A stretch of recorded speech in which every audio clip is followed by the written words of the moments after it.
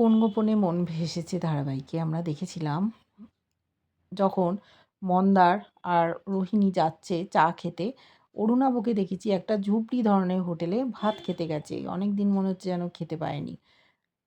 ডেকেছে ওখানকার বয়কে, সে বলছে আপনি এইখানে খাবেন এই ঝুপড়ি হোটেলে? এত ফর্সা, দেখতে সুন্দর, টাকা পয়সা আছে তো? বলছে যা বলছি বলো, কি কি আছে? যা যা বলেছে তখন বলছে যে মাংস ভাত দাও, সাথে এক পিস ভাজা মাছ। বলছে বাবা, মাংসও খাবেন মাছ ভাজাও? খেতে দিয়েছে, এক্সট্রা ভাত নিয়েছে, কতদিন খায়নি, হাউমাউ করে খাচ্ছে। এবার পালিয়ে যেতে হবে। তাই পালিয়ে যাওয়ার চেষ্টা করতেই উল্টে পড়ে গেছে। লোকগুলো বুঝতে পেরেছে না খেয়ে পালাচ্ছে, ধরতে গেছে, পড়েছে অরুণাভ মন্দারের হাতে। মন্দার বলছে অরুণাভ ভৌমিক, তুমি পালিয়ে যাচ্ছিলে, দেখো তোমাকে ধরে ফেলেছি। লোকগুলো বলছে আপনারা চেনেন? অরুণাভ মন্দারকে ধাক্কা মেরে রোহিণী মাথায় মেরে পালিয়ে